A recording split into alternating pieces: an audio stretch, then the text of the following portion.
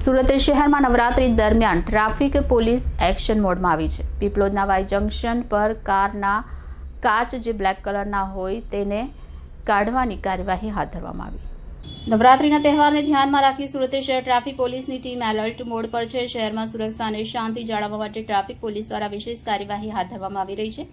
આ અંગે traffic police દ્વારા પીપલોદ વાય જંકશન પર કાર્યવાહી કરવામાં આવી। કાળા કાચ લગાવેલી ગાડીઓને ચેક કરવામાં આવી અને નિયમોનું ઉલ્લંઘન કરનાર ગાડીઓ સામે કાર્યવાહી કરવામાં આવી છે। દંડ ભરાવીને ગાડીઓમાંથી કાળી ફિલ્મ કાઢી લેવાઈ।